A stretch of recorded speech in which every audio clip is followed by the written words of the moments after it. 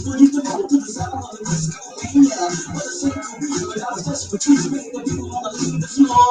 now they all on the top while the MC raps, cause it makes you ready back for more. Cause it makes you feel good, it makes you feel great. Like hurting all the time, because they break. Like a calm man, you're in the mind that will feel like a real hot kid and a real cool bro. I can hit you with highs, I can hit you with lows. So call it every word that I'm ready. It's the news and fingers, discrimination. That goes without a doubt. It was the people to me, call me CC. My name is Calcula.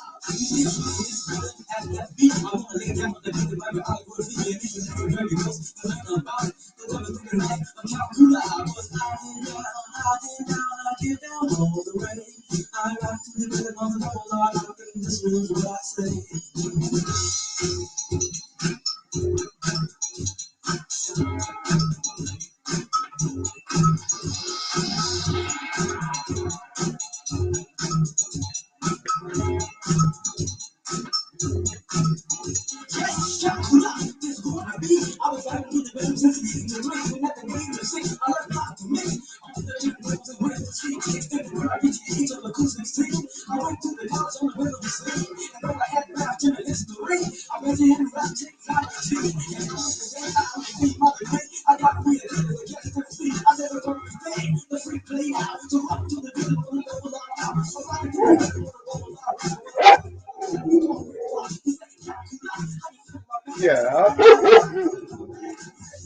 What's up, Uncle Out? I love that face. Oh, I love that face. Okay, we'll get a couple today. Because he's spoiled rotten. Is he spoiled rotten? Is he spoiled? Ali is spoiled rotten.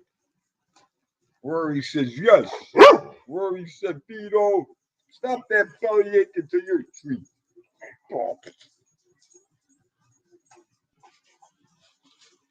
Oh.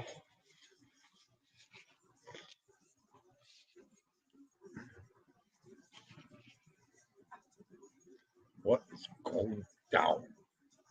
The only place you go up to get down. Huh? I didn't want to dress up today.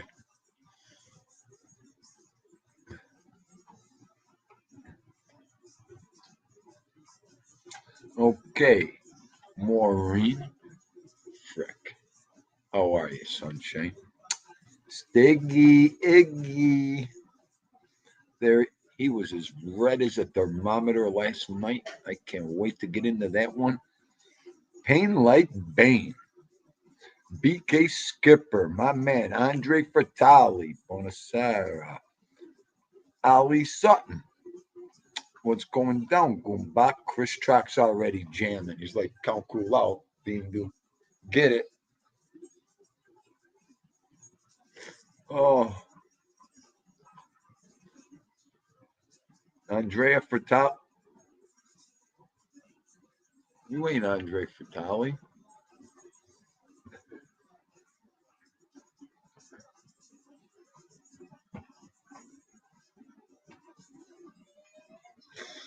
I don't know which is what me to do. I'm done. I'm done. Oh, that. Hang on. I've seen it all. Now, I don't even know how to act to this. I don't even know how to react to this. What? Hang on. Slow computer. Are you ready for the second round already, face? How do I react to that? Oh, oh, that stinks. I don't know. I don't know what to do. It's kind of sexy. Where am I? Andrea has a troll now. I'm done. It's over, Stiggy. This whole room has a troll. Where am I? Big Bones. Nothing happened. We're just. Is the whole Zip crew here yet? All right, Big Bones in the house. Gianni Catalano. Big Bones. We're missing Lil Toro.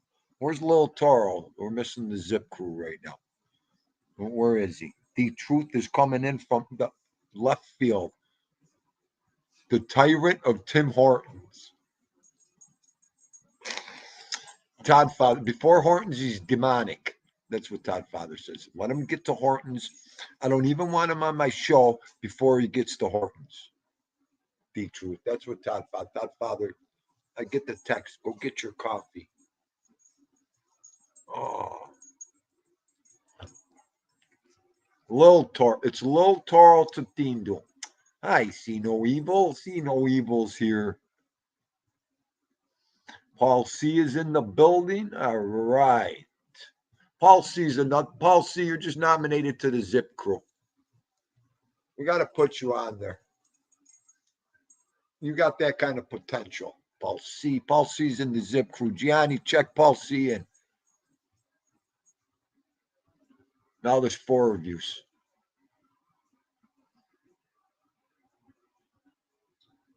Come on, who watched Tommy's show last night?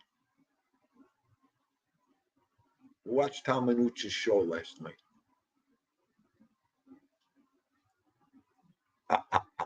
You got potential, kid. Oh. Stiggs, it's summer. I'm freezing over here, Gianni. I can't stand this weather. So, unfortunately, about 3:45, I was this is mine. It was one of them nights I fell asleep right after Tommy's show. So at 3:45, I'm like, these sick bastards are. Now I got the AM radio because Mikey, I got it. The last 2-3 days got deemed to addicted to AM radio again. Talk shows, listening. So I had this thing rolling all night. So I had 3:45, I had this and I had this here, like this. They're going to put me right in a padded room. Okay. Padded room. Now, it was hilarious because, you just wake up. So right away, the radio's on. I'm like this. Edwin was live with Tommy and Ralphie. And after that show,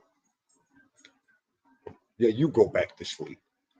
But on the radio, when I woke up, and it was so funny because I woke up to the first 10 seconds of Frank Sinatra's You and Me. And when I wake up to that instrumental, something's going down. Okay. Something's going down. So on the radio had George, I was listening to Georgie last night. He had this lady from Texas. How to communicate with your pets, your dogs in the afterlife. So immediately my stomach started turning, I'm like, Dean, you're not getting up yet. Edwin was this far now away from my head. And that I should have never listened to, but I did, the radio. And Edwin's and Tommy's, great show. I'm not even going to go. Tommy, I'm not even going to go there, Tommy. You already know. Joe Delamuro, you had PTSD. All right, let's get back. Guy, did I cover my night? Oh, and then I see voicemail at the top of my phone, voicemail. So you go to missed calls. It's my number 2. I go to the message. He's in the hospital. I'll tell you. I'm not even going to talk about it because I can't. Spent all day at the hospital with him. He went down on us. Oh, I'll tell you. If it ain't one thing, it's another. So I had a fly to the hospital and scream and yell at him. Can I have the help and all that, Wow, what a morning. Anyways, what a night. So I said to myself, you know what? Instead of going underneath the couch for the day when I got home, I said, no better time than to kick off what happened last night. I see no evil after this. I might be up there tomorrow. You might find me right in front of the place, sleeping in my car.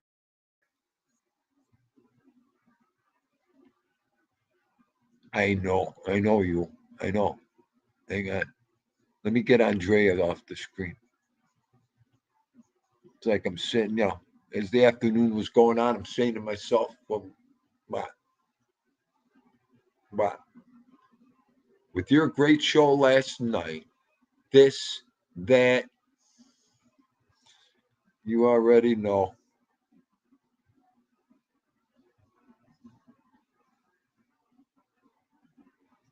There's Lil Toro. All right, guys, I'm brain dead. If I seen you, I'm sorry. I want to get excitable. Oh, you did a short for Edwin, Chris Truck? All right, definitely. I'll check that out. Like I said, I wasn't even around this phone, guys. The ladies of ITAC. Hello, loves. There's those beautiful ladies. I hope you are having a good day. I'll drop your link in a second. It'll be link dropping time. Thank you for coming in. I got to stop over and see you, ladies. Like I said, I've been so busy. We know. But I wish you all the luck. All my love, ladies of ITAC. There she is, wet and wild. It's about time. Get in here, wet and wild. What are you doing? Well, you guys are flying. Gerard is in the building. Gerard had the Lincoln already, plastic trunk, gas tank full. Will you guys come on? Put somebody in there. Oh, there you go. Yeah. No, arm distance setting. Therapy. No, I got it. You could go pay for a shrink. You could go pay for this. You could do ooh, ah, ah. You know what? Perfect. Again, I'll say it. Perfect. Perfect. Let's get to Tommy's show last night. For everybody that don't understand, and well, not that you don't understand, people might not know what's going on, this and that. Me, this guy, this group's been up here for going on 2 years now. And little does anybody know, like, there's some people that there's all different ways of learning. You don't have to jump right into the frying pan sometimes. You don't have to jump into the water. There's people that watch, that scope, that check things out, that read, figure out what they're doing, what their plans are, what is going on. And basically, for the last 2 years, this whole group's done that,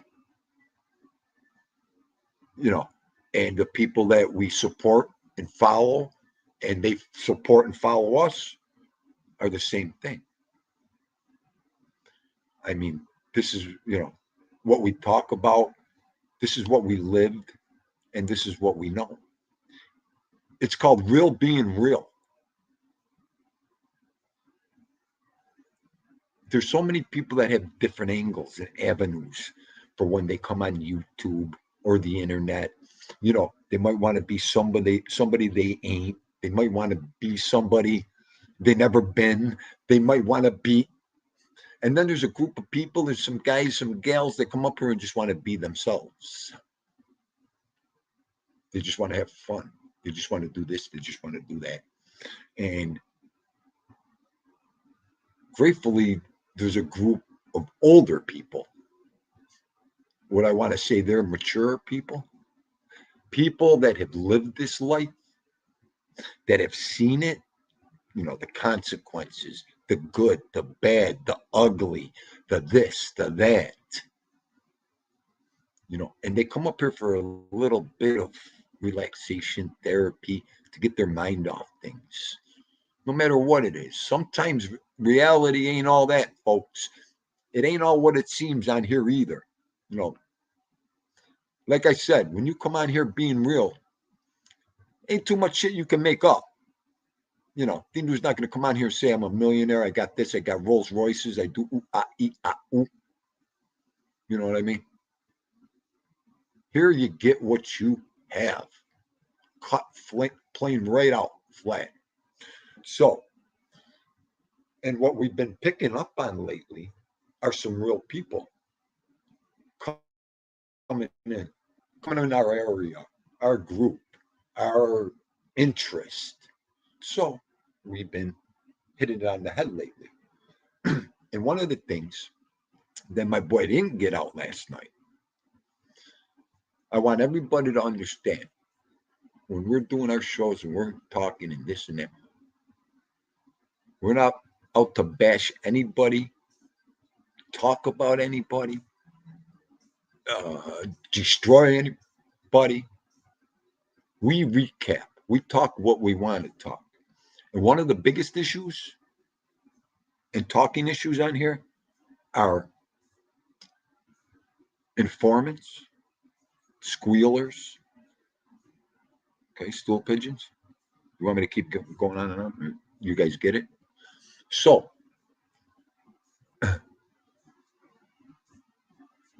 we all come up on YouTube, and you got a handful of guys. Oh, before I start this story, this is what lit Dindu's fuse. I never said this before. I'm going to say it now while I'm on a roll and while I have my people here. Before I got on YouTube, I'm surfing it.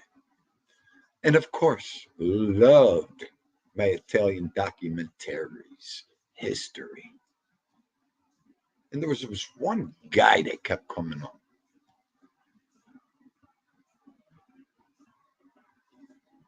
And Dindu was like, yeah, who is this guy?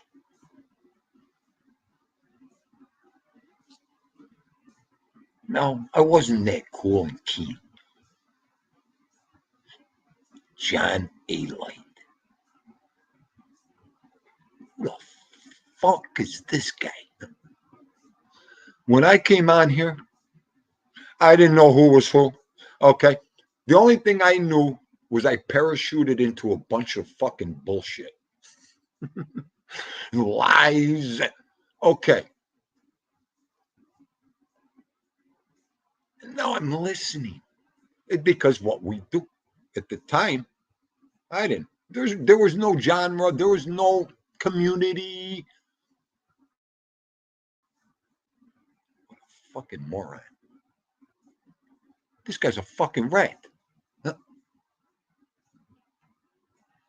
Now, now the fire's burning. And only because I was fooled at first.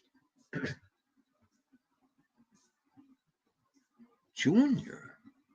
Huh. Okay. Now, Dindu was around before documentaries.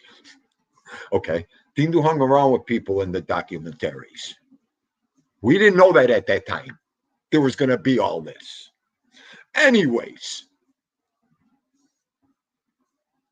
kept watching some more.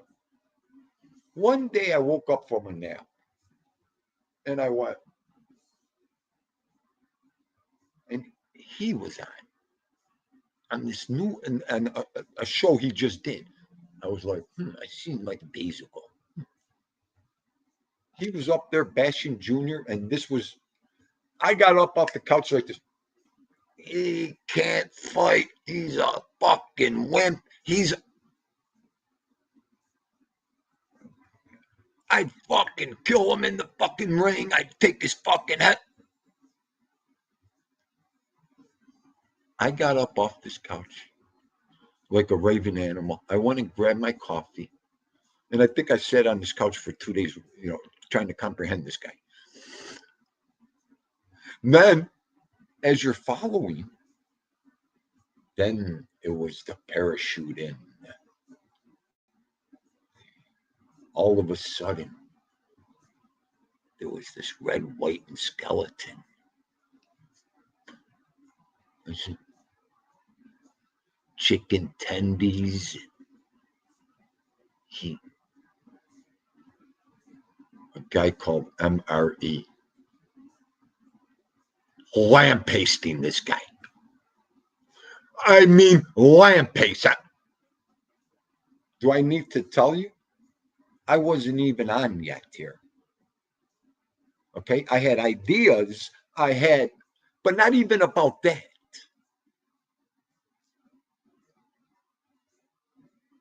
Subscribe. The guy just got on the internet. I'm like, that's it. Then that machine started going.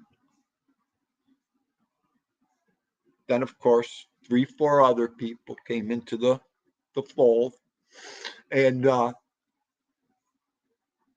don't even hear about the guy. I don't even know if he's still around. What a 2-year difference makes. Okay. Okay. What a 2 years difference makes. And what role after him that came in here on YouTube that nobody's like, even, what's he talking about? There was nobody up here. And everybody knows what Dindu's talking about here. So I'm not worried about the other people, everybody. Okay. So that kind of negativity and content brought a lot of attention to people. You know, nothing but lies, nothing but deception, even more. So, hello, Octavia. Wap O'Neill, my man. How are you? Let me just say hello. Wap O'Neill, that's a good one. Parachuted right into an alligator's mouth. Where are you? Where's Wap O'Neill right now? Get up here, Wap O'Neill. I'll drop the link for you. Dean do exactly. Okay, but anyways, I don't want to lose track. ALV, Goomba, Carmela, my love. I'm seeing everybody. So after that, everything started taking place. But skipping to all that 2 year, getting to Tommy's. This group's been well educated. This group knows what they're talking about. This group's experienced it. So now we're talking about it a little more. And one of the things Stiggy's he hits on, we hit on, but without talking in general, without bashing, I won't even say their names or give you the time of date, them, any of that. You won't even go there. But everybody knows what I'm talking about because of the nicknames, all that good stuff. This is the principle and the point with us real people. How they have the audacity to come up here and sell that Kool-Aid.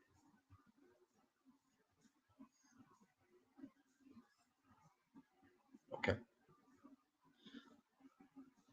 Number one, the only people feeling sorry for you are the people that don't know any better. The people that are naive, blind to it all. Sure, they're gonna feel your story. I mean, you could go down to 4 or 5 of them. The stories are so fucking far out there that you can't even grasp it or wrap your head around why they squeal. You can't. You can't even wrap your head around it. What happened? Oh, okay. That's all they have. Look them dead in the eye. Look them dead in the face. This is all you see.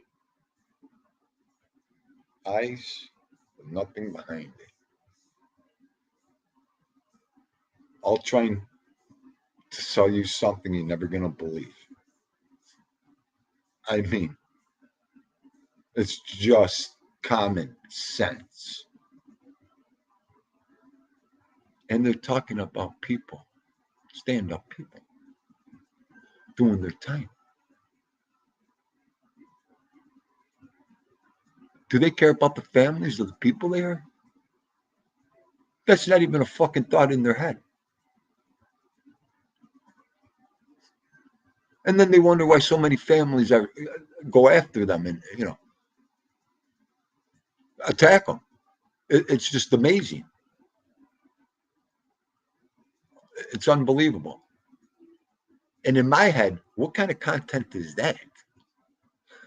What kind of content is that for this time and age? I don't know. They call it content. You just call it whatever you want to call it. To me, it's a bunch of garbage. Just throw it right in the trash. They're trash pails, anyways. And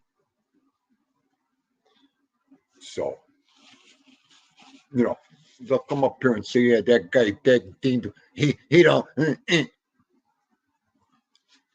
This is what I would do. Fuck, ain't even fucking dirt on my fucking shoulder. Oh, fuck away from me.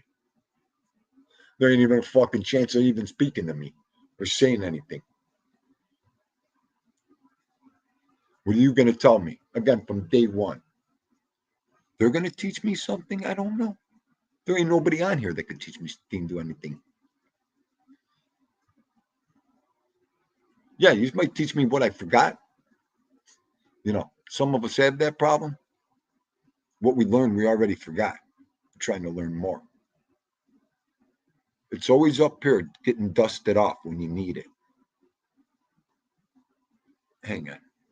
Again, you know what, Tom? Let me yell at him now.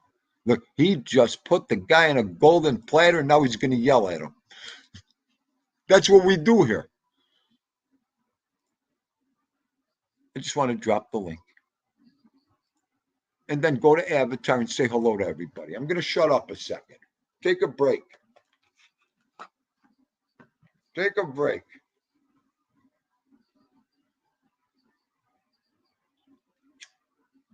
Drop the links, babies. Drop the links, babies. That's right.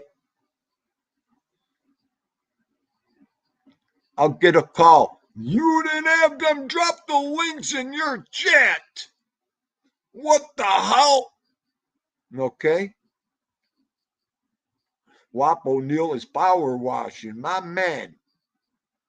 Yeah, Gianni, it is sad. It's totally sad.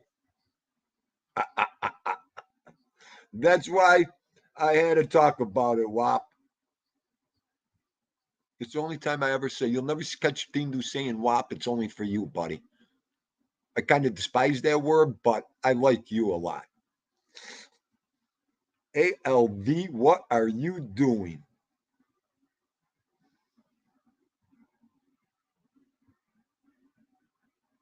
Okay, good. Everybody's saying hello.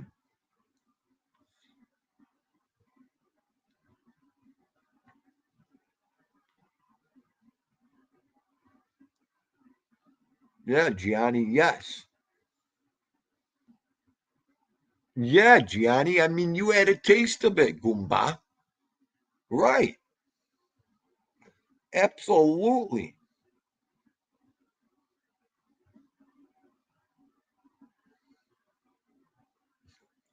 These room troll.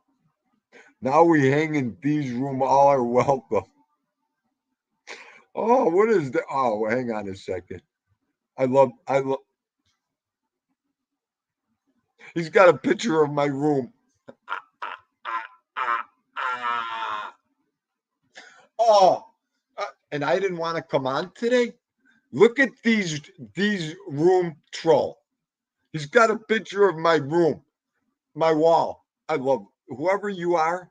Don't go nowhere. These room troll. Where is she? I can't take it. Yeah, I know. ALB. Oh, yeah, yeah. Well, you know what, O'Neill? That line, we already know it's a lie. He'll do anything for reconciliation. I'm gonna get the word. ALV help. Look at who it is. Sweet Chuck arrested me. Is there an officer needed? There might be. Code Train 25 is here. Yeah, that's another thing. They'll say anything.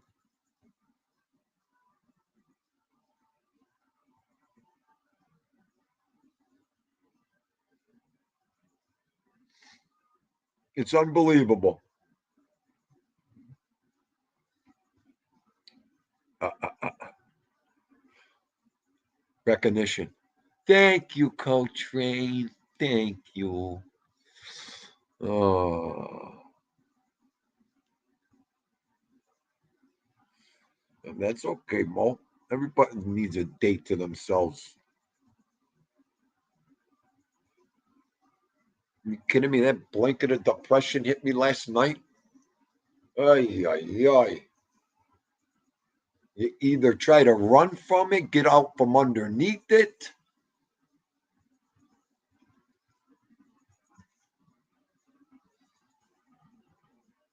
The whole 10.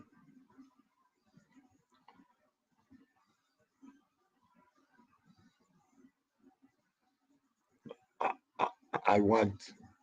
Why did you retract that? If I seen Sweet Chuck and Gerard racing on a moped, imagine Sweet Chuck pulling Gerard over on the moped. I'm done. Oh,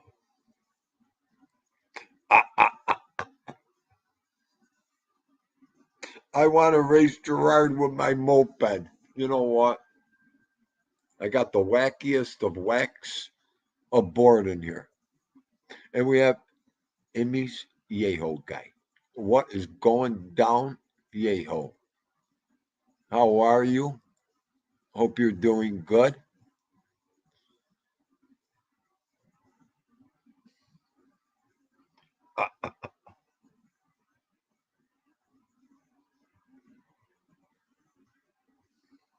Hang, hang on a second. Let me take care of this problem right here.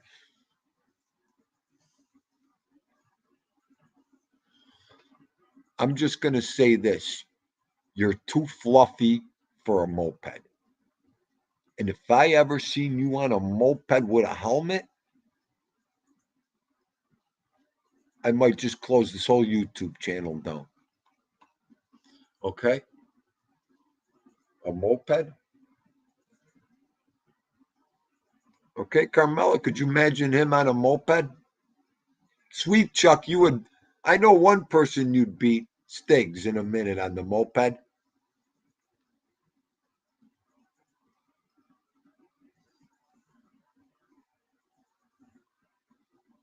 Hang on a second.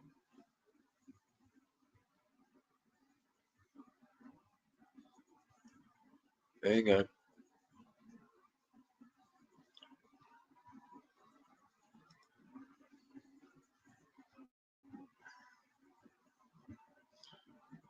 Mikey, are you looking at me, Mikey? I want you to look into Dindu's eyes right now. I'll give you a second. You might be busy. Mikey, 255 050 155. Is the 505 ever going to come out, Mikey? I mean, when's the point before we snap, Mikey?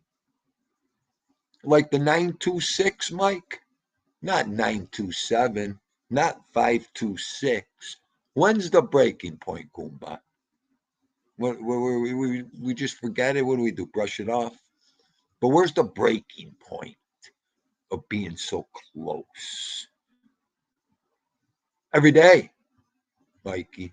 Every day.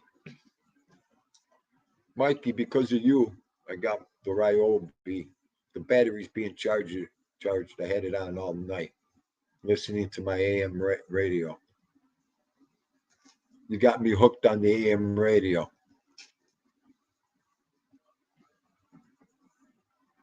I busted out my Ryobi from the workbench. Stephen Marnell, how are you, sir?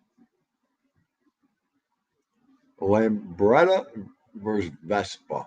You guys got me all shot with those. An electric bike. 3377. Of course. Nice. 050. Couldn't have been 055.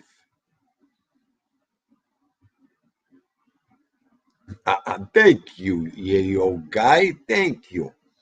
You're always invited. We know that. We know that, O'Neill.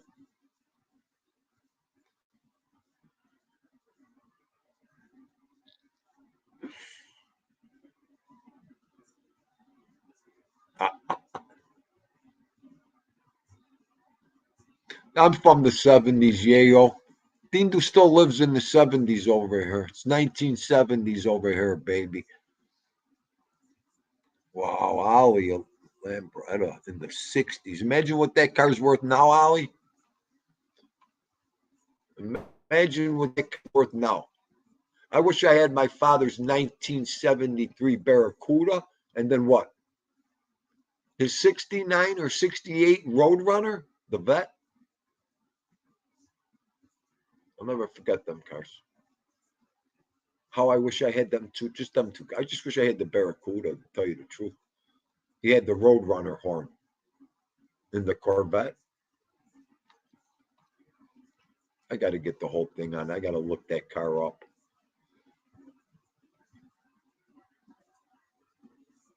And my crank, Ralph's got the crank radio. Come on, Coltrane. You know the Cuda's the best, ain't it? See no evil. There was no better looking, I think, muscle car out there than a Barracuda nowadays. A muscle car, and built that way back then, is what I'm saying. It's just the coolest looking car.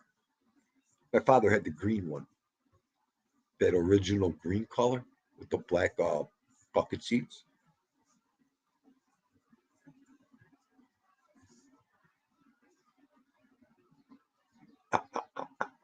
Well, get the top notch scooter.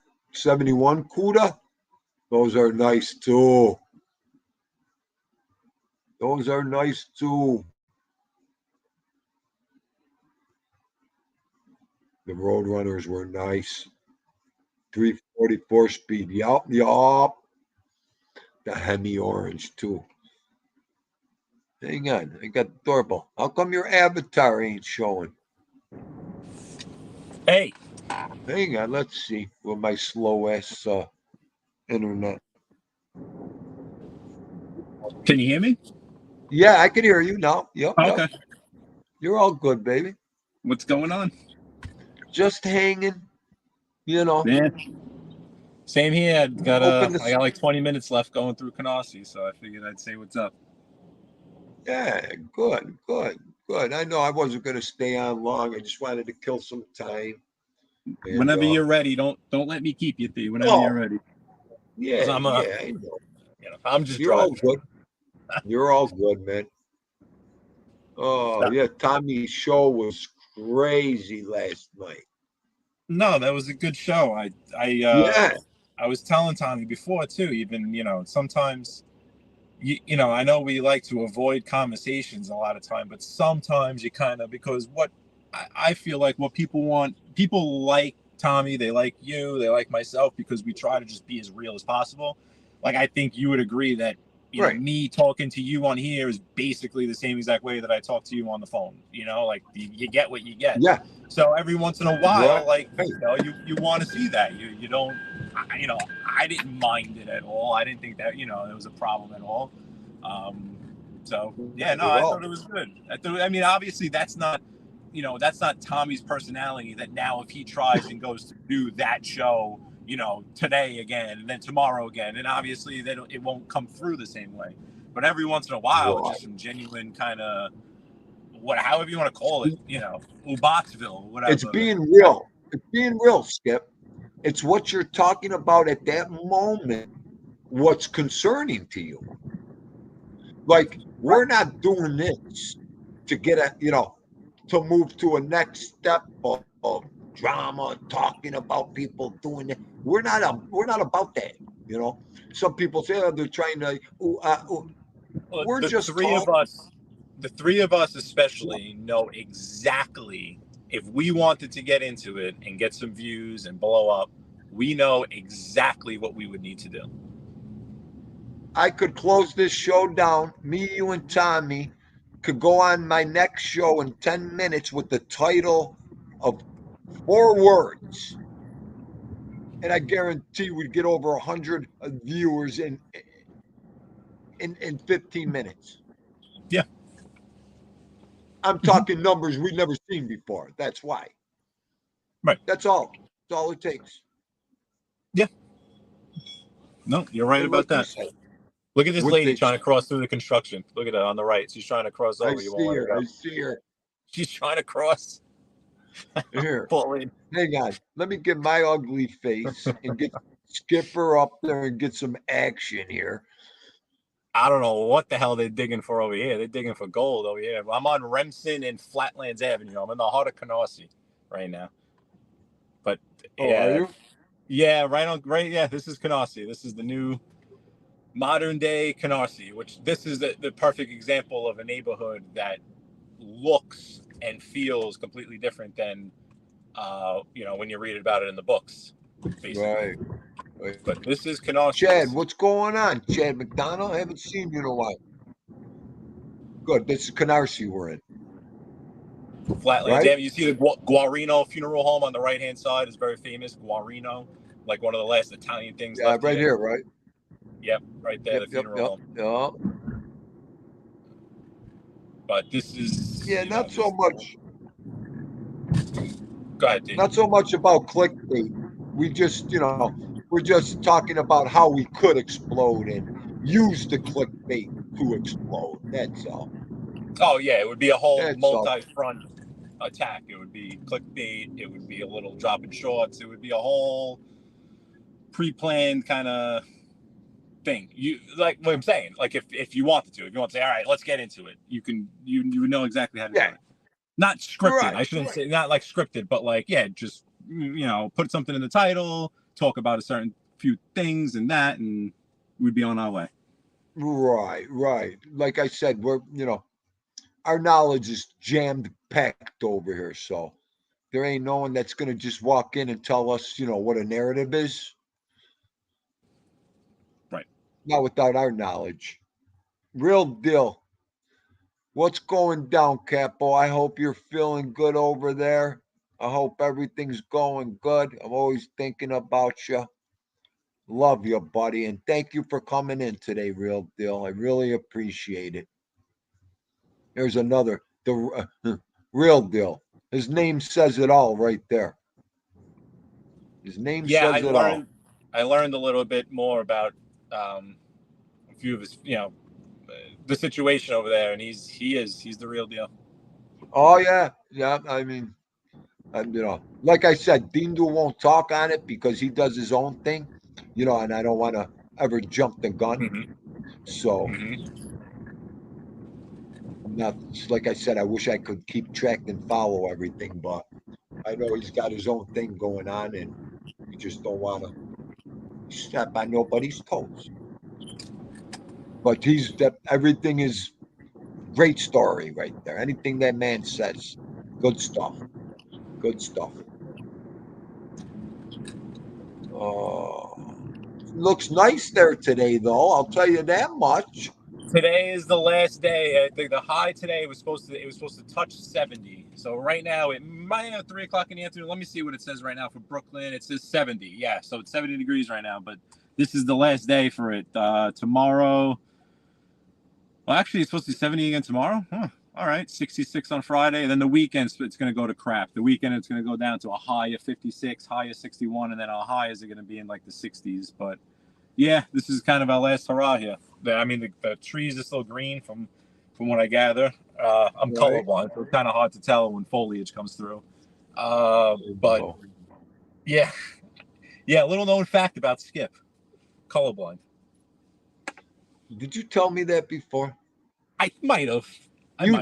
You did, right. It ain't hitting me with shock. So I know I heard you tell me that before. Yeah. And like foliage, it's why I think even Gianni said yesterday, he's like, oh, the trees are still green in Jersey. I just took him for his word. I was like, yeah, they are. I guess they are. When they turn, it's hard for me to tell they turn. Like I can see like a yellow pop out, like this guy's yellow vest in the middle of the road. Like when those yellow leaves start to pop, I can see those. But I can't see like turn to like brown and red, and it just all kind of looks the same. Right.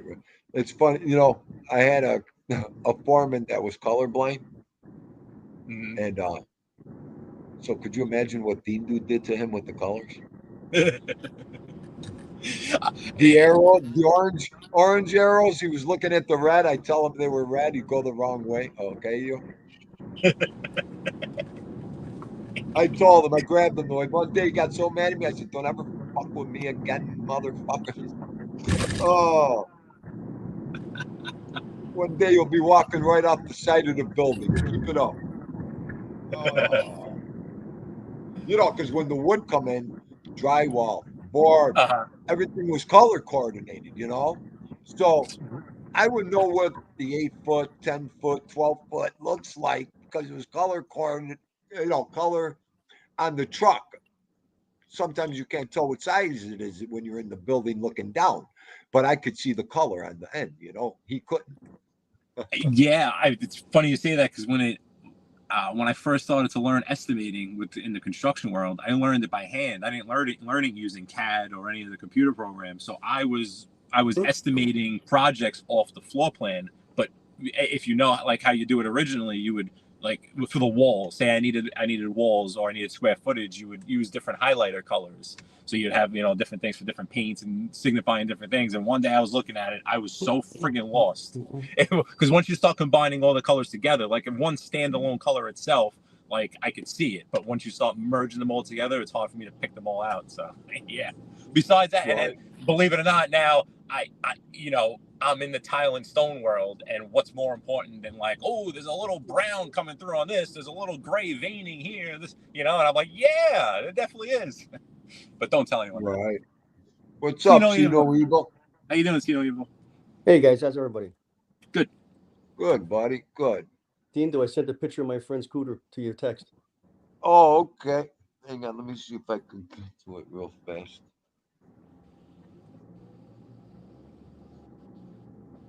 Yeah. Oh, that's an old picture, huh? That barracuda is beautiful.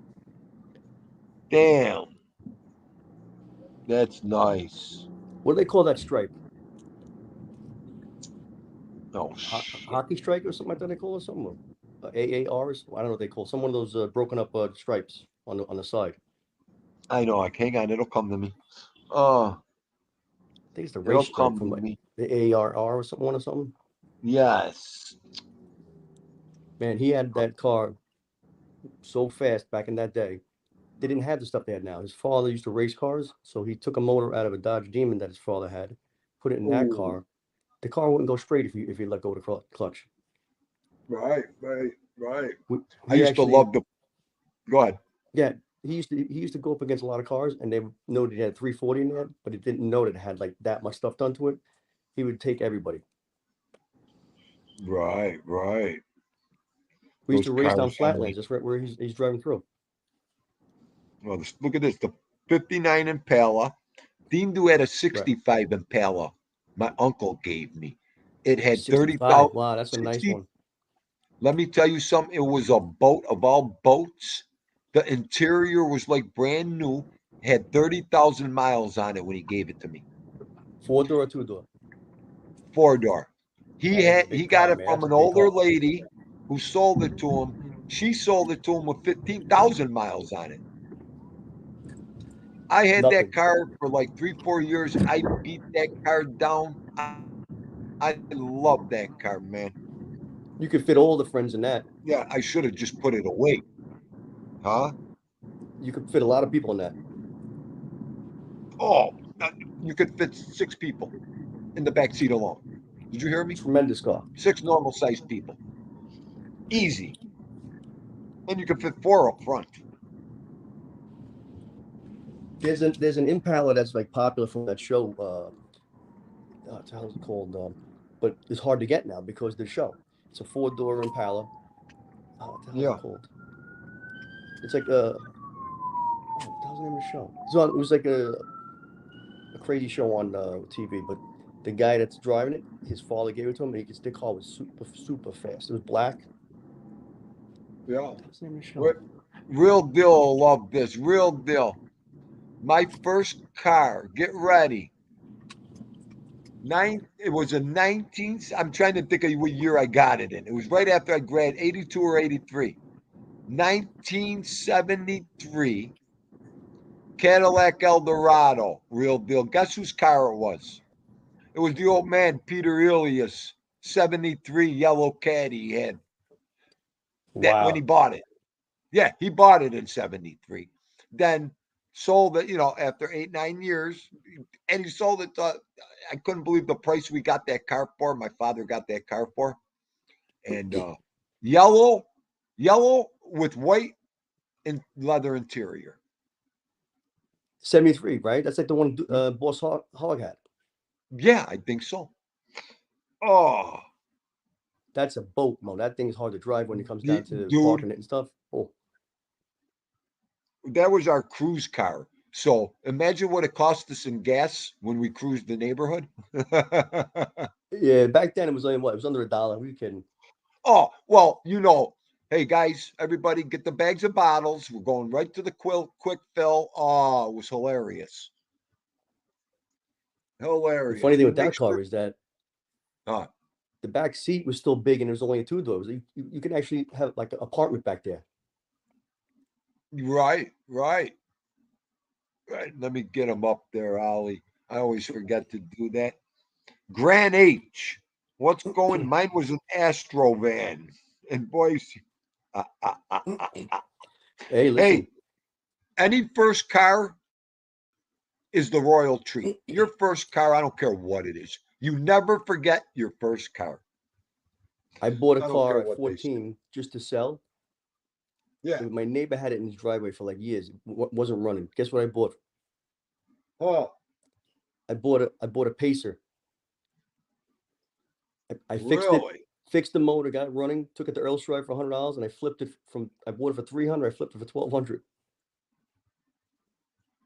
At Wow. 14 years old, I was looking into cars. My first Nice. car was a 280Z. 280Z. I used to love the 480s, the engines. Those engines were one of Oh the yeah, best. yeah. 48. I mean, the 428s too. See no Oh my evil. God, the Hemi, The 428s were awesome engines. let me tell you, you can't find them. No, forget it. They're trying. Mechanics nowadays are rebuilding the 428s if Right. they could. You know. Then The there was that 1976 Cordova, forget about it, Stiggs. I loved my Cordova. It was like brand new, that car. my friend had the same Oh, car with T-tops. yeah. He had 360 in his. Yup, who was it? Oh, what's his name? Cordova. He used to be on the Oh, commercials. Roberto Montalbano from Mr. Rourke. Hey, Ricardo Montalballs. Corinthian leather. I love Ricardo Montalban. Are you kidding me? Oh, my father, every time I pull up, he'd go, and here's Ricardo Montalballs. He used to call me Cordova. You want to buy this Oh, car, the Corinthian leather. yeah. No one knew what the fuck that was. Right. The They just do wise up. leather, Hi, right? hon. How are you, Dolly? I hope you're good today, honey. What Wise was your up. second car? I mean, what was the favorite car? My favorite, oh man, I from my Cadillac, I went to the Cordova. Then I went to another, I think it was the was it a Buick, a 4-door big, the Buicks? I can't, a Chevy. No, it was another Chevy Impala, the big 4-door. Oh wow. And I just fixed that car up, did what I want with it. And then I had my hang on, my 1977 Monte Carlo in the early Wow, 90s. that's a nice looking car. That's See no with the evil? double square headlights, right? Skip, yes. I put a whole new engine in. I muscle card that Monte Carlo out. That was one Wow, of my favorite invested popular cars. car, That's man. That was the a very one. popular car. Yes, that's the one where they came through the red light and almost killed me in it. Oh, jeez. Yeah. So, After but that car, my 280Z, I had a Fiero GT. really, That car, believe it or not, even though it wasn't like the best of the best, it never failed me. right, right, It was like a mini. It was like Pontiac's mini Corvette. okay. So then I was looking to get like I wanted to get like an IROC or a Mustang. So my father's like, I'm not putting that in my insurance. So I got a Cougar XR7 with the 5.0. He didn't know it was the Mustang motor. Oh, I know. That car was nice. Oliver, don't start and get me in trouble, Oliver. I don't, Oliver. I was so tired and delirious when I called everybody on in that chat. You know what? Oh, that was friggin' hilarious, Ollie. You know, we're out of our minds sometimes. You already know that. Oh. Yes. Yes, Zimmy. Where is he? It was like 10 feet, 12 feet. You couldn't even fit in the garage. The friggin' hood on this car, it was like a slide. Yes. It was You long. could slide from the windshield. Yup. 1995 Olds. Ooh. The candy apple red. Those were nice. Those were nice. 75. I got you. I used to like the Lincoln Mark. What was it called? The one that had like the two-tone Fiat Okay. sedan look. It was like white with the blue. Like I think it was like a 79 Lincoln Mark. The two-door coupe. Oh. It was a horse and buggy. Why? What was he saying it was? Co-train? 77 Cutlasses are nice too. My friend had that one with the T-tops and the swivel seats. Yeah, yeah, yeah. Yes. Then everybody used to put like the name of their favorite song on the back and their initials on the door or something like that. Pinstripe You know what I used to like too? The Camaros. Those were so cool, the friggin' Camaros. Oh, You know, like the I used to love 77, 78 Camaros. They were so cool. Yep. My friend's brother had the black, the Z28 with the tan interiors. I think he had the last one of the 81. I think it was 81, I believe. Right, right. Bucky It was a nice car. Palermo, how are you, Bucky? Thank you for coming in. I seen you earlier. Stand up. What was the guy, worst car you had? What was your worst car? Oh, ready? I gotta say, it was what it was. A 1994 Ford Tempo. Yeah, that'd be a piece of garbage. Thank you. Thank you for reminding me. I'm not gonna lie to you. I only had it Mine, for a short time. I had the Dodge. What was it called? I used to use it for work. It was a piece of garbage. It was a Dodge. Not a Daytona. It was like something like that. Though it was a piece of shit. Right. Oh, we even had a friggin' red little Pinto. The wife drove a red little Pinto. I was in that sometimes. Okay. Oh shit. When we first got married, are you kidding me? Oh, those things used to rot. The floors rotted out of them. How about the exhaust would always fall off of that small car too? My friend's parents had the station wagon Pinto. Oh, the station that was wagon? hysterical, that car. It was a Pinto station wagon they had. And they used to all 3 boys in the back of that. It was crazy. And then the floor started rotting out. It was like the Flintstone car. Yeah, yeah, yeah, yeah. Oh. A Ford Taurus. No, the Ford Tauruses ran for a little bit. Crazy purple Kirby lady, crazy purple Kirby lady, crazy purple Kirby lady, crazy purple Kirby lady, crazy purple Kirby lady. That's my voice exercise when she comes in. How My are cousin you, bought the shit? T-type Regal. The My T-type Regal was father's nice. Regal. I love my father got the 1983 Regal, the first one. Wow. The, I the used first to, of we the used change, to, the change body, you mean? yes. Yeah, the change body. I'm sorry. But That's he a nice had car. the 1977 Thunderbird silver with the cushioned seats. Oh my That was God. one of my favorites. That 77 silver Thunderbird was one of my favorites too. But the T-type Regal, everybody was buying the Grand Nationals, and they didn't know about the T-type so much, so they would think that it was just a regular Regal, and then he would have fun with it, with Yeah. racing everybody. Wait a minute, Skipper. Wait, let me put this up here. I had a 1998. If I would have ever seen you in that Chevy Corsica Coltrane, that might have ended Team Do. Oh my God. That would be better than seeing Tommy on a moped. You in a Corsica. Would you Or if you have got, to peel yourself out of that? oh my Oh, God, how about those little Suzuki Samurais? They were tiny. oh my God. I was scared of those things, man. They used to flip over. Yeah. I mean, you got to look at some of them small cars, you know, just in case you get in an accident, not too good, you know. For a while there, they were making cheap cars, cheap. It was too cheap. Yeah. Well, you know, that all goes with the car making process, you. No, I know, but it's a little dangerous. Some of those cars. Oh, I know. I know. I know. That What Pinto it had the really gas thing right on the side of where the kids sat, the filler, right. And then I and scored the best score was in El Camino when I I got the had it. what? 75 El Camino? No, I had an 80. I can't It was remember. Was it the 79 or it's 80 El Camino? mine was the one that like looked like the what's that car? What the hell is it called? It's not the Camino. They use the Camino front. I mean, the back. Make the Camino into the back of it. What the hell's the name of that? Yeah. Hey, crazy purple Kirby lady. I don't know if I ever told you this if you're still listening. You know what Dean Du's hockey team was called in high school? Get ready. The Lafayette Violets. We were purple and Wow, white, crazy. Yeah. wow. And here they are.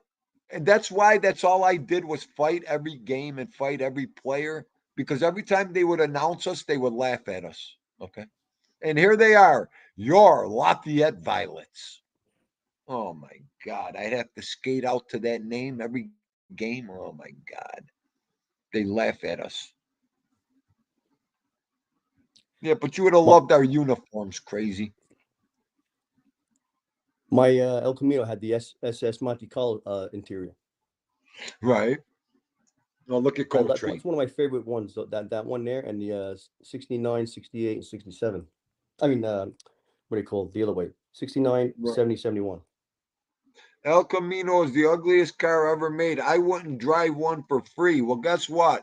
It wouldn't want you in its car for free. How's that one? Okay. Hey, listen, there's there's an ass that can sit. No, there's a seat for everyone. Oh, yeah. The volume, Bucky, I don't know. How's that volume, everybody? I think it's pretty good. Sounds I good just over here. fixed. Okay. It might be his iPod, his earbud pods, like a Coke bottle. Yeah, they were the L right. Yup. Hello, love TT Red. How are you, honey? I hope you're having a great day. And thank you for all the support, TT. Buick Regal. That's what black T type. That's what my father got the 83, Mikey. That's the one my Uh, cousin had. He had the yeah. 87 T type. It was so funny because one of my best friends had the blue Regal. My father had the green, the aqua green, and my buddy had the Right. blue one. Yeah, they were so cool together. Oh, I had two El Camino. My first El Camino I bought from somebody that used to put like motors together. It had an SS Monte Carlo nose on it. right. Yep. But Hang on. I forgot about the Z28. Look Oh at yeah. this. My mother pops in. You forgot about Daddy Z28, and that had the Roadrunner horn too. Ma, yes, I was 5 years old. So, wow, that was in 1970. Wow. Look at this. Yeah, 1970. Okay, you Is got that a it. You split got it. bumper? I think I think so. that's one of the best ones, man. She would know. She would know. Oh yeah, it was. He ordered that right out of the plant that time. The Yeah, Roadrunner horn and everything. Right out of the I sent you a factory. text of the one I had.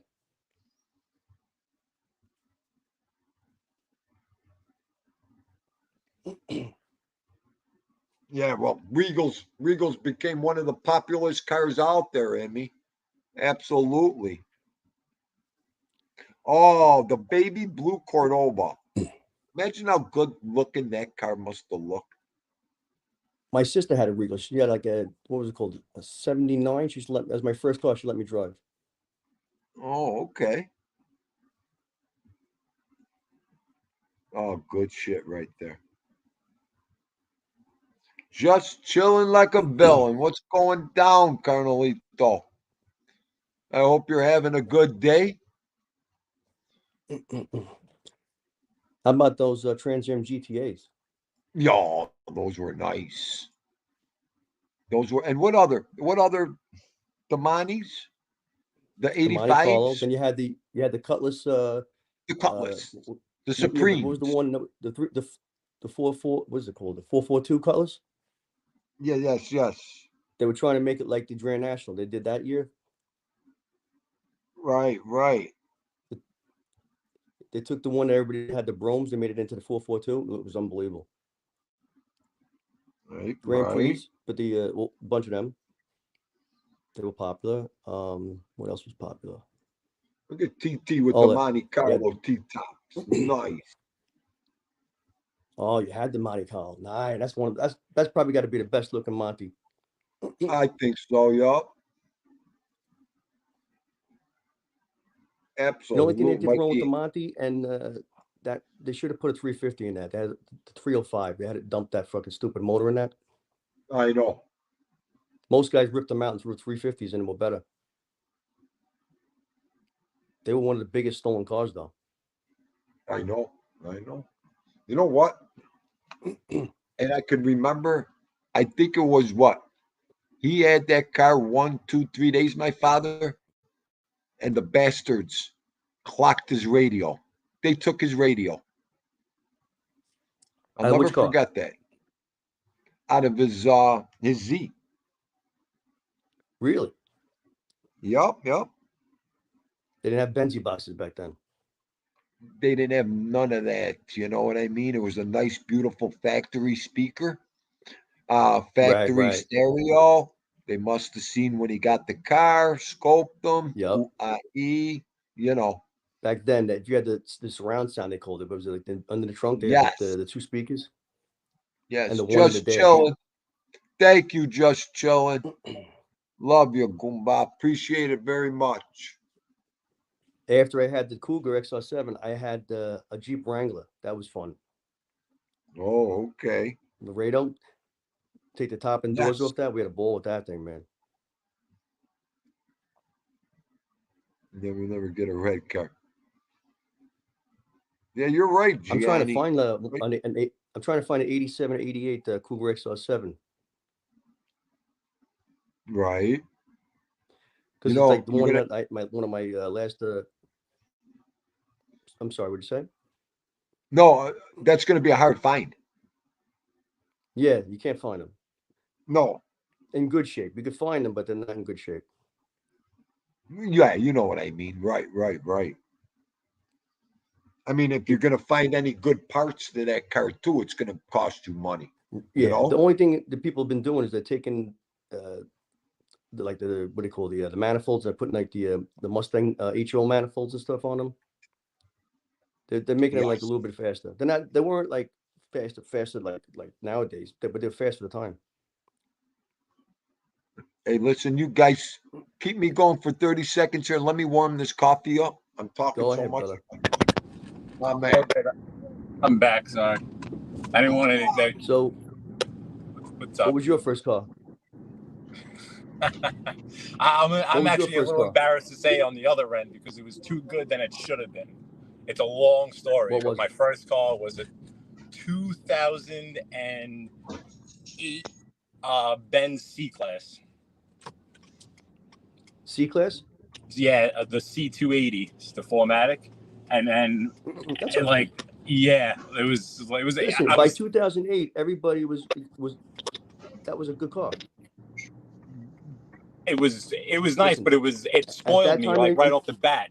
How like it was a long story how I ended up with it. Yeah, but you know what? Yeah, because then after that, like it went to then I had the first. Well, that was a lease, right? So then there was a lease, and then my first car that I ended up financing was like a 2012 Honda Accord 2-door. Like when they changed the style on the Honda Accord, on the 2-door. You know when they changed it, they boxed it out. That one. Yep. Yeah, I've had quite a few. I had that. I had a black Acura TL. I've had a bunch of cars. I had an Acura Integra. Oh, the Integras. That's all another. Integra. If you go when you have a chance, go into my channel. I'm dating myself now.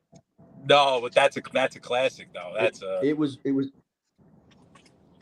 I got it in stick shift too because I didn't want it. It was a good car in stick. Look at this right in front of us. It's like an Integra right in front. Look at that. Little Lysa. That looks. Yeah, it's like that. Yeah. Mine had those 4 round lights in the front. Yep. The big bug eyes. I think what year was mine? I think mine was like a 97 or 90. I'm not sure. It was an older one, but it was like when they started making them nice, like smaller. I tell you, one of the most. How that car went out? How? Yeah, no, you tell me your story. I'll tell you. No, I was gonna say one of the best cars, one of the most fun cars I had to drive was when they redesigned the Ford Edge.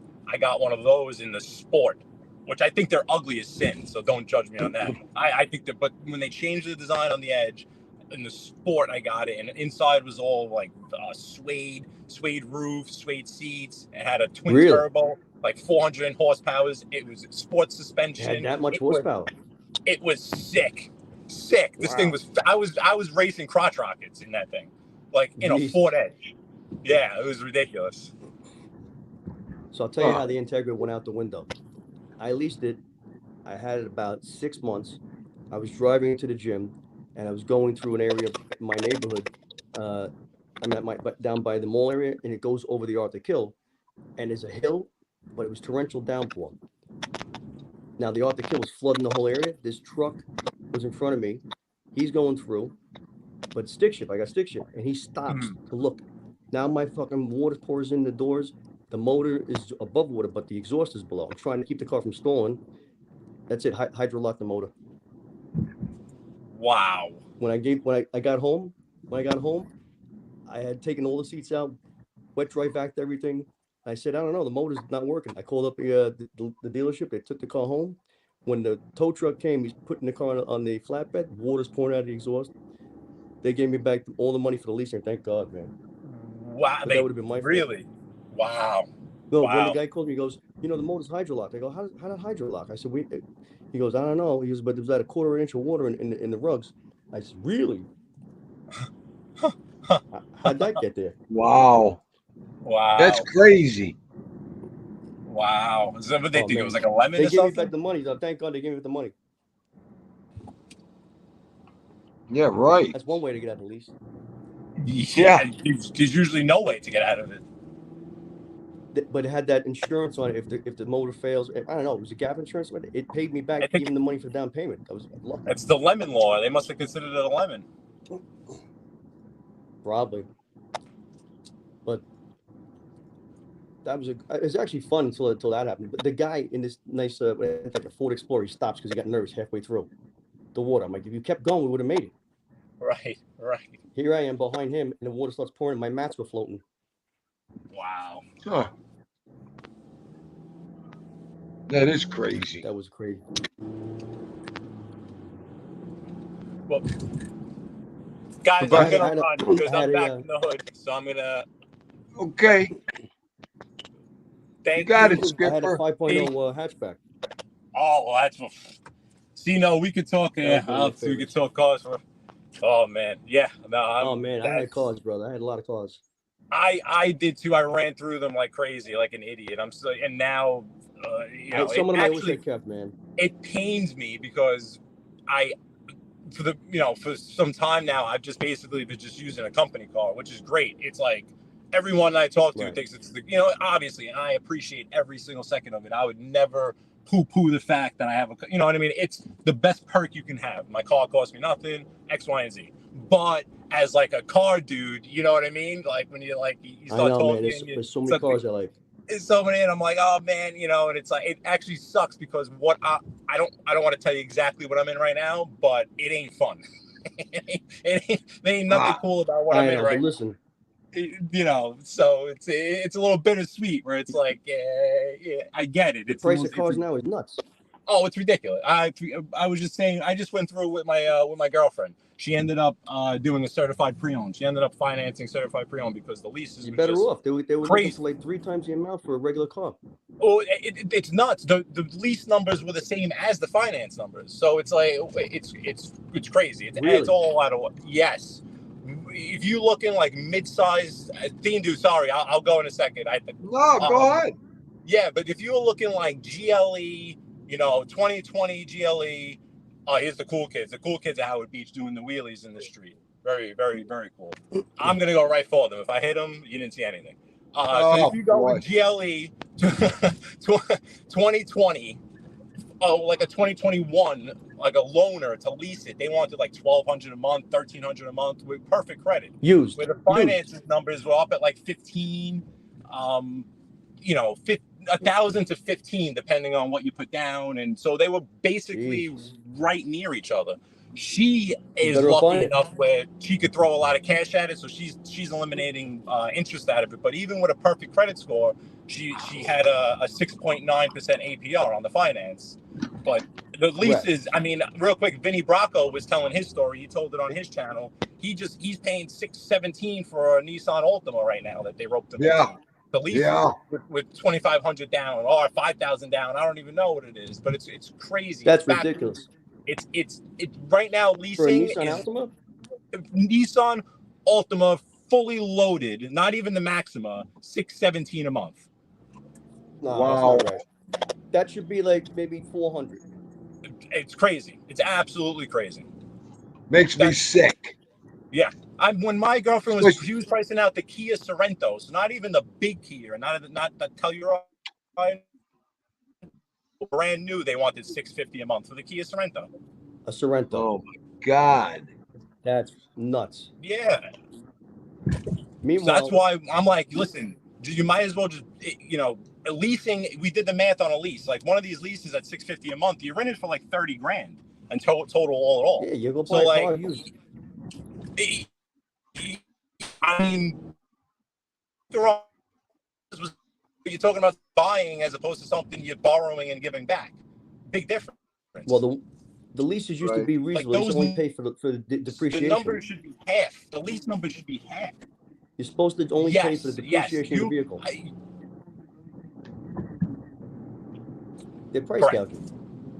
That was sitting basically at half the value of it, is basically where it was. Like if you're releasing something that a value of your car needed to be $60,000 for your lease pay, for 36 months worth of $30,000 of payments. But now you're making $30,000 worth of payments over 36 months for a $40,000 car instead of a $60,000 car.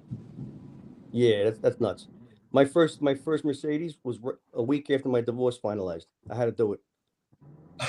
I had a cousin that worked at Mercedes. How'd you do that? So, I went the opposite direction. A week after that, I bought an 08 E350 Sport. AMG. Nice. She's going, you made the money. Of course I did. Yes. Yeah, I went the opposite direction after my divorce. Well, that's why we just had this conversation a couple of minutes ago. No, man. I lucked out with mine because I had some real estate that bailed me out. You know what I mean? Oh, nice. I would have been Very in nice. bad shape if I didn't have those. I mean, I'm Yeah, sad I no, don't have them no more, but it is what it is. it set me back to like I felt like I was like the age 15 already, and now I'm only like back to 18 now. Dude, It I set can me it back would like 20 definitely years. happen. If I didn't make some real estate investments, I would have been jammed up. Yep. Yeah. So everybody buy real estate. Real estate's the way. Screw the cars. Buy real estate. No, you're right about that. You're definitely right about that. I fucked up on that. Sorry, multi-family. That's the way to go. No, not one family. Multi. You live in the rental. Rent the big part to the other people if you don't need it. Oh, that's another thing too, because we're talking, we're looking to buy around here, see no evil, and you know what the real estate is in here, how it be. Yeah. It's like it's out of control, right? So my girlfriend, she lives on Long Island. Not lives on Long Island. She works on Long Island. So like we're considering maybe doing something a little, closer to there in the Five Towns area, maybe Franklin Square. Oh shit, somewhere Five Towns is big. But right here, the cheapest you got for sale right now is at $750 and needs a lot of work. So I'm telling her, need to renovate it at that price. Yes, and without move-in ready, you're looking at 8 and change. To move in ready, 8, high 8s, that's like a lot around to carry there. for a long time, mortgage-wise. A lot of mortgage. It's a lot. I was telling her for these prices. I mean, you can find like 7-family buildings in Dyka Heights right now for like $1.4 million. You might as well just get the mortgage for 1.4 and have 5 people paying bills for you. And you live free. Yeah, see, that's another thing. It's just like the car market, just how like it's the commercial side of it. It's so out of whack that the commercial side of it is not so far out of reach beyond the residential side of it. You can go in and get 1.3, 1.4, 1.5 for either a house or something that's going to hold 7 or 8 families. They're basically the same. And you're thing, right about that, because if you go and buy these houses and you're trying to carry everything because you want no one living with you, it's temporary. That's only to get you past where you're supposed to be. So you keep it for a while, live there until you feel you get enough, and then you move on to the other house. But at this point, it'll keep you from having to stress every month for bills. Right. At this point, there's no such thing as the starter home where you're going in and buying it at $350, and it's like, all right, well, it's not killing me. My mortgage is only $1,200 a month. No big deal. Right. That doesn't exist. Mortgages are at 8%. Mortgages are over $4,000 a month. Now, who can do that? $4,000, $4,300, $4,500. You go to Long Island, add the taxes, $46,000, $48,000, $4,900. You got to start a home. You got to take it backwards a little bit, and if you got a high ranch with a rental, yeah, okay. That's good. You got a rental coming in. But if you have a regular house that needs $700 and needs renovation, that's no good. It's brutal. It's absolutely brutal. You're tricking yourself into liking it, but you're not supposed to do it. Well, that's the thing too. You're not getting what you want to get either. You're scraping at the bottom, and I kid around. Like my girlfriend does well for herself. Like it's a shame on her. Really, I screwed up in my life. But then at that price, you shouldn't live there. You shouldn't buy a used house like that. You should go someplace where you can get a house done. If my daughter, I can't leave my daughter. My daughter lives on Long Island. I know, buddy. I know what you feel. I have the same situation, and otherwise I'd be gone. You want to be arm's length. You want to be arm's length. Exactly. I'm willing to I've even thought about maybe like a Poconos type thing, knowing I'm 3. I know. I can't. No, 3-hour drive. No, that's no good. I can't. There's a part of New Jersey, Pennsylvania that is like going to like where you are now, like in New Jersey, like Manalapan type style. Right. But it's reasonable. I'm talking about like 500,000, but mint. Have you ever heard of a place called The Hideout? Yeah, that's not far from my house. My ex's uncle had a place in The Hideout, and we would go up there every year, Memorial Day weekend, 4th of July. It's on the lake. Yeah, on the lake. It has its own lake. It's got the golf course on there. It's got a ski slope, even though we never went. It's a good place, in the summer. But and I remember back in the day, even looking at those houses, $150 in there, no taxes. They're like 4 change now. Now they're like 4 and change, right? Which is, it's crazy, but it's still double here. So it's all relative, and you know what I mean? So even that's not even as appealing as it was. But it's about your taxes and that stuff you really should worry about. So like people go, how do people in New Jersey afford those taxes? Because in New York, you got hidden taxes. You got those traffic cams. You have you're paying for water and sewer. You're paying for other things that Income equal the same. tax. You got the same amount of taxes, but they're not put together. So you think your taxes on your house are lower? They're not. It's everything else on the side that they're hitting you with. And what about the straight up income tax? Like, because I'm a resident of New York City, I pay an extra income tax. That's right. Right. That's right. Yonkers and New York City both pay extra income tax. So there's a And lot that's to there's a lot to think of, because when so you if you go compare like the numbers, someplace where you can get your money's worth, then you should go there and pay one tax and enjoy. that's the Where in idea. yeah, you're better off. I mean, look at the house you're looking around now. The house on the corner of it is like probably 2 million. That's at least 1.5 right there. At least 1.5. That's a big house. But that right, those two right there on the corner, that's what they're gonna ask $850 for. Right there. It better be Even in good. this thing they're gonna ask $9 because of the size of it. It's ridiculous. I mean, I'm That good we for get them, but bad for the new people. Yeah, that it's unreachable. But like, even those are your starter homes, and those things, it's small, and that's fine. But yeah, you're gonna pay $850, $875 is what they're asking. Can you find like a multi-buy there, like maybe a three, four family by where you are? And you can, not in Howard Beach so much, in Lindenwood, kind of where I was just floating around. You can find a little bit more of them. You can and you can. They're more prevalent in Brooklyn. There's way more available in Brooklyn. Way like in the Dyke Heights area, even Bensonhurst, like Bay Ridge. Less over here, and especially like where we would want to go, kind of like you can do Ozone Park, but and then she's got to get back to Long Island for work, so it's kind of like not getting any further away from Long Island. Also, If you're gonna buy like that place, like you said, by Dyke, it's good to have more than 3 family, but you don't want to go over 5 because then it becomes rent control. So you want to stay under 5. so that's another thing I was noticing going through them. Like, some of them were saying rent control, and the ones that I saw that I really liked, it was not rent control. Yeah, and it was the under 5. So If that you makes have a sense. 6 family or 7 family, you got to make a store on the first floor. This way you make that it's not part of the rental. That's Now it's a exactly what I was telling my girlfriend. I'm like, ideally you have it. Because they had ones like that too. There was one right on the corner of like 13th and 70 something or whatever. On the corner. And what you do, you rent it to a lawyer. Make a lawyer's office. Yeah, that's the best office. I think there was a Chinese restaurant on the corner. A lawyer's office. Yeah. And my loophole? best friend's a lawyer too. He just did that in an apartment building in Bay Ridge, but he did it in a skyrise kind of. He put the office in the base. But if you get a 5 family or 6 family, get it, because you'll never find them again, because then they don't make more land. Understand? So you got to get what you can get over here while you can. And if you can find a house now, and you also look into assumable mortgages, because the assumable mortgage has the rate that the people bought it at before, and you qualify for that if the loan that they bought is allowing it. So let's say they have a 3%, 4% loan, you can assume it, and they still get the big money for it, and you get their loan. Right, so everyone wins except for the bank. But yeah, no, that makes sense. You ever hear about assumable mortgages? I never heard of that. No. So if you have a mortgage and I like your house, and they're saying 8% to buy it, I go, I'm going to have the owner find out if he can assume a mortgage to me. And what I do is I qualify through his bank for assuming it, and they get the loan to you, and they get the money that you loan, that you borrow on the house, and they get the cash that way. Wow. You're buying the house, but with a loan on it already. So if they have a $300,000 loan, you borrow on the house what the extra is supposed to be for them, and they get out of the mortgage, and you assume the mortgage at 3%, whatever, or 4, whatever it's at, and you're at a good rate. Right. Yeah, because the rates are not going to go down. And that's good. Most veteran loans, they allow that. So if the person who owns the house or whatever is a veteran, you can do that too. Oh, wow. Wow. Look into I didn't know that. That's assumable mortgages. Interesting. That's how they're getting around it nowadays. These realtors are having a bad time. They can't sell houses. No one's buying right now, and everything. I'm just keeping an eye on everything. Like, I have a whole bunch of properties saved, and I keep getting alerts every single day that their asking price dropped. Their asking price. And you can also have the owner hold the note too.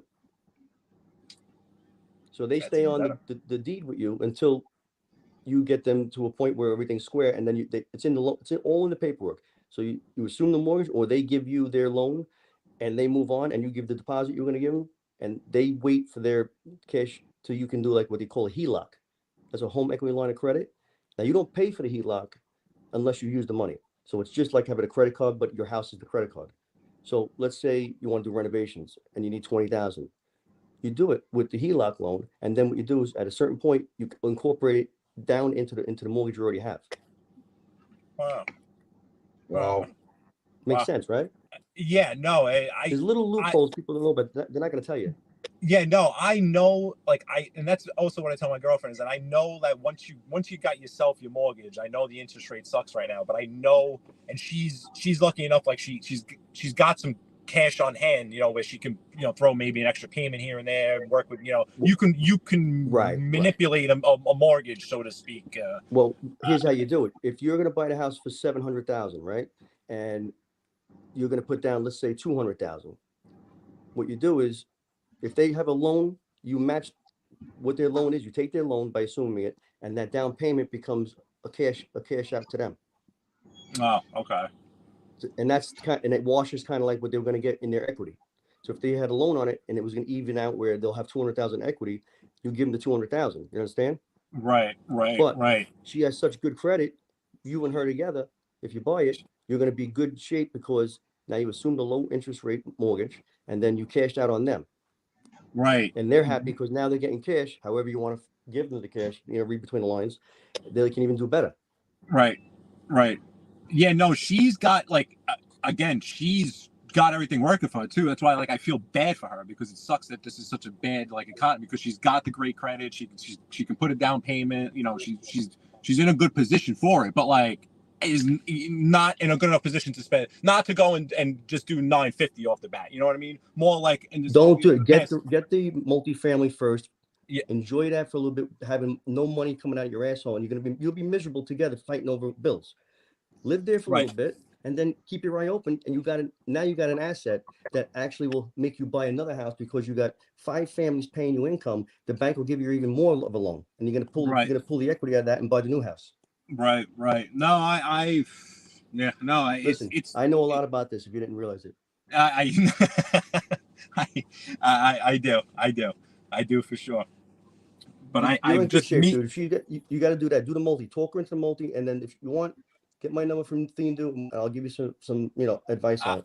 I appreciate it. You know, she's not risk adverse. You know, she's the one where she's got her money in CDs right now. That's her that's her mentality. I'm the one where if I had what she had, I would either be a millionaire by now, or I'd be dead broke where I am anyway. So yeah, that's kind of me. But she should be putting it into something else. She can get like 5% on a marginal thing. She could take out life insurance policies and get more guaranteed out of it. I did financial advising. That's where my head comes from. Okay, so you know that part of it. So I know that whole side. I took my series. I had the Series 7. I had the 63. I had the Accident, Life, and Health. That's what I did before I got into the construction world. So really? I can see what she has and could, have visions for it. But she's, it's just that risk versus reward where she's very, very conservative, extremely conservative. So it's kind of like that's just the way she was probably raised, like that. It's Howard Beach through and through, So all the older people from Howard Beach, they want to make sure they have a nest egg behind them, which they're wasting watching the ship go past them. Yeah, and there's a lot. That's what this neighborhood is. A lot of just very conservative, tight-held. Nothing wrong with it, but you're gonna be stuck where you are. You're never gonna pop fast. Right. That's it. If you want to be a lot. It's kind of like keeping her in the middle. You're not gonna go above it, and then you're gonna have a month to month. You're gonna be living for a house. And that's what I don't think. I don't think it shouldn't happen, because it really shouldn't. If we were both, if it's different, it sucks. Yeah. It's all how you present it to her. You got to present it to her through a third party. When you tell her, she's worried. When someone else tells her they're doing well with it, that's how it works. Hey, I got her to not lease something, that she really didn't want, and got her to actually finance / buy the vehicle that she actually liked. So that was a start and everything. And which I told her, I'm like, we need to figure this car out now, because you need to clear this debt. You don't want to go finance something or buy, and then have all this extra debt before you go get your pre-approval. It's, you don't want that. Right. buy the car, let it clear, let that marinate a little, let it clear off your credit report, then go get your pre-approval, because she hasn't gotten a pre-approval. Yeah. Don't wait for that to go. When her good payments come in, it shows she's a good buy. Right. That's why I was like, it looks like you're overdoing it. Exactly. The ratio, you got to keep it nice. The income to debt ratio, exactly. That's what I keep telling So we're getting there. I that's my brain. I know how to use other people's money. Ah, well, listen, I love that. They always say, always use some of the bank's money to buy things, because you don't want. Why put your own money out? Use the bank. Oh, paying interest is the worst thing in the world. It's just horrible. What I'm saying is, when you're buying like this building, like that's let the least amount down on this building. Oh, because yes. Let the building pay it. Yes. Yeah. No, I get what you're saying. Yep. But you don't want to live for a house. The house, that's what a lot of people fight over, and that's how the divorces happen. I know. I can't afford another one. I know. Listen to me. It's tough out there. You know what? If you find a good person, then you got to keep it and work at it. Yeah. No, I know. And that's why even too, I'm telling her, like, I'll move out to the island to make her life easier. But if she wants to make her commute easier, but I don't know. There's not too many good options on the island right now either. The thing is this: you and her, we would be looking anyway. Not tell nobody. When you tell people about what you want to do, someone's always going to come in and go, "But this." Oh yeah. Don't tell nobody nothing. Yep. Oh, don't tell nobody nothing. Just do it. And then when you goes, "Oh yeah, we had this so long," you did, and they don't have to know about it, because everybody has the worst case of what's going to happen. They'll tell you, "Oh, that's a good idea." Absolutely. Even with her, just with this car, BMW, this and that. I'm like, she's a car person, just like me, just like you. She's like, and it's like, listen, you want this stupid thing. It's the color you want it. It's how you want it. It's not going to affect you one way or another. Screw what your brother has to say, because her brother's a big like, you're just paying for the name. It's it's just it just gets you from point A to point B. Well, I'm like, don't fucking listen to him. You work 12 hours a fucking day. Go for it. You get what you want. You work 12 hours a day. You like the car, get the car. You can afford it, get it. Who cares what the hell? You got to get up in the morning for something. If you don't get up in the morning for something that you like, then what's the sense of doing it? Oh, right. I know. And you can't tell people what you're paying for it. It's just something got a good deal. Can't tell you because the guy, he told me you can't tell anybody because everybody else will be running to him. He did it for me. Can't tell anybody. Absolutely. Because when you tell them how much you're paying for it, they're like, why are you paying that much?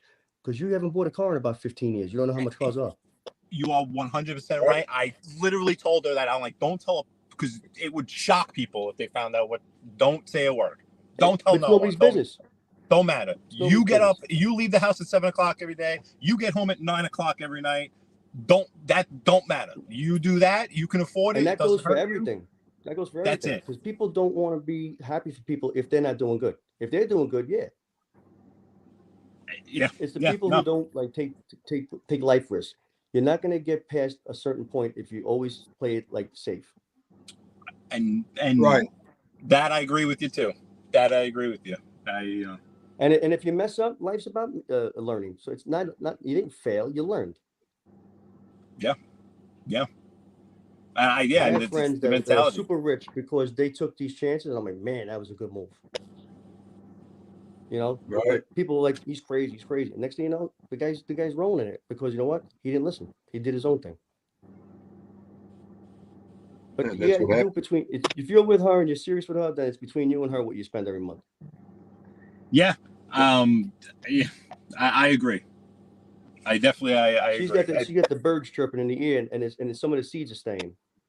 There's quite a few birds. She's these Italian families. They're large. I know. They're large. They're extended. You got to go to them. How much is your mortgage cost you a month? Oh, what? That's personal. Oh, but you want to know mine? Right. Yeah. They all want to know about everybody else. You can't know about them. Oh man, especially in this neighborhood, I tell you. I was just talking to you about my girlfriend with it. There was a halal cart, a chicken and rice guy on Cross Bay Boulevard, right by the Bell Parkway. He was there. He was great. He was excellent.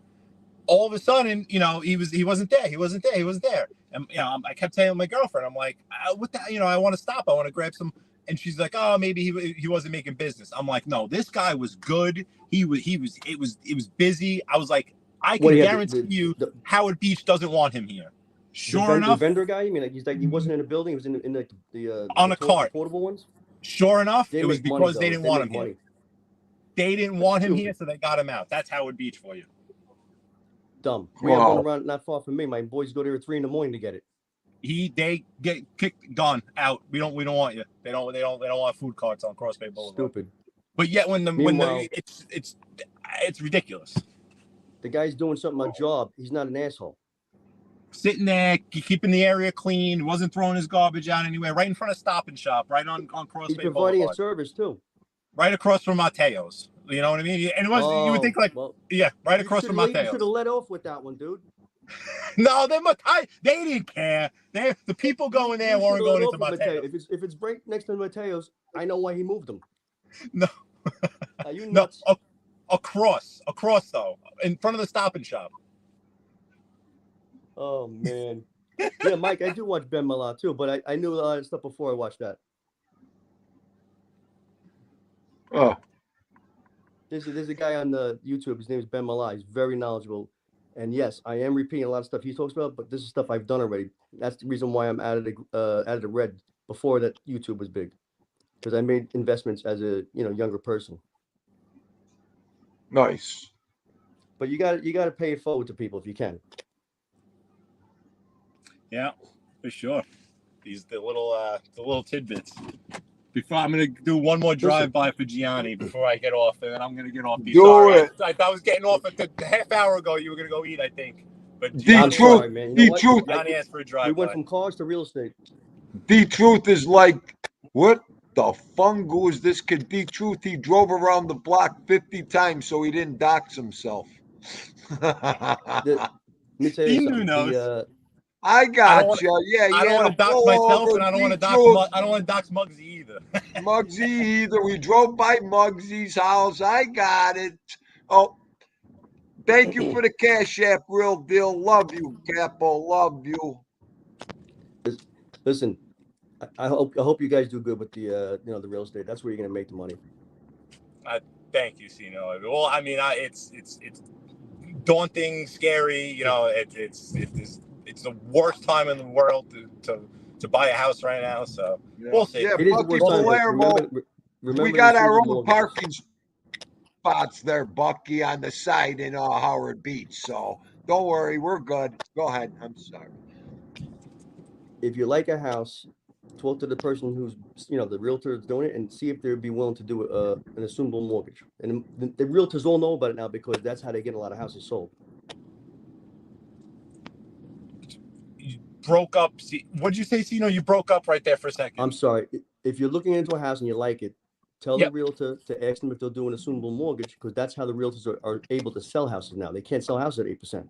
Gotcha. So the realtor would likes that idea because I know that they're struggling selling them. Right. All the mortgage brokers are doing that now. Wow. Okay, good. That's the way. That's the way they're getting these people to buy houses. That's because there's a certain bank that's giving out 1% loans for 100 years. You know what I'm talking about? I do. There's a certain group of people who get loans for 100 years at 1%. I know exactly who you're talking about, Sino. I know exactly who you're talking about. Why can't I apply for that loan? Yeah. Your eyes are too round. Oh shit! I'm trying to think of a good entrance song for when we come up to our favorite house right now. Oh boy. For all our listeners here, Gianni, I'm trying to think of a great song for the roll-up right now, for the pull-up. See, that's how my house started, like a cape. I had a cape when I first bought it. One more block. I did what these guys did. I put a roof on it. The dormer up top? No, a little more than the dormer. I left one wall. Yes, Bucky Palermo. We salute the churches. We do the sign of the cross when we pass by OTB, by the boss's house. And the Mary on the half clams. There it is. Hang on. There he is.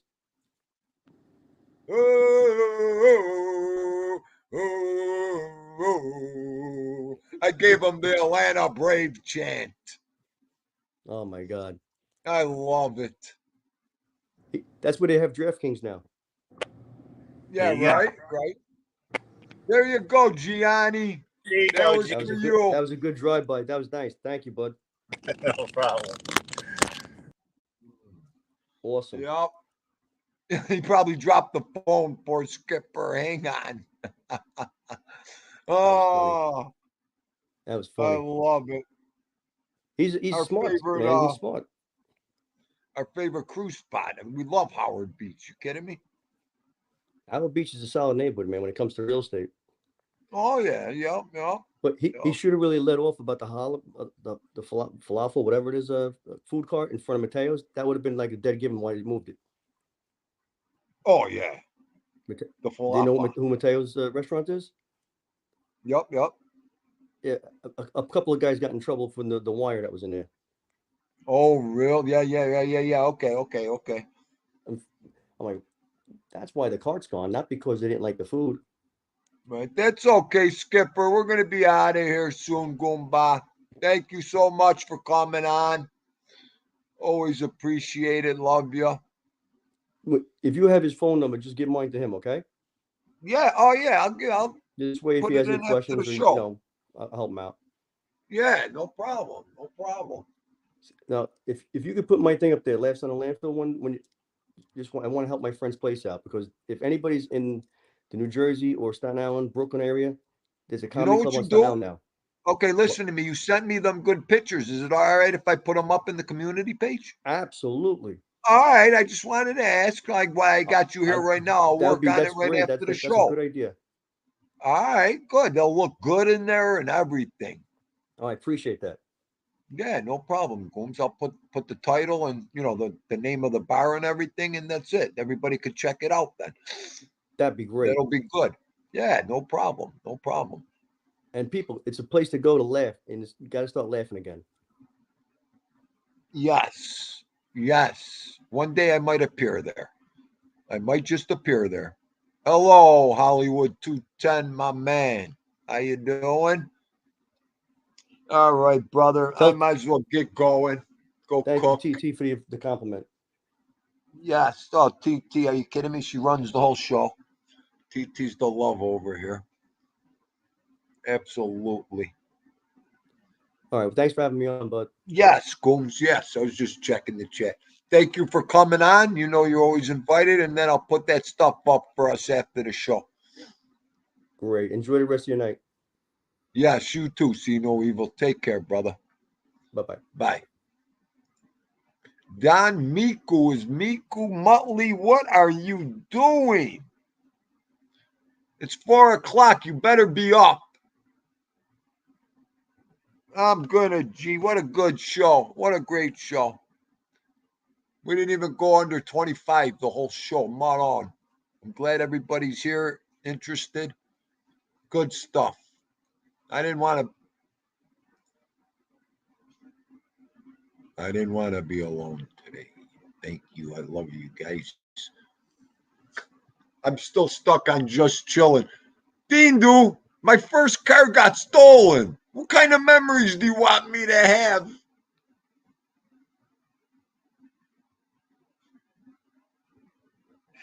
Oh, you know what? Just chilling. That's okay, Goomba.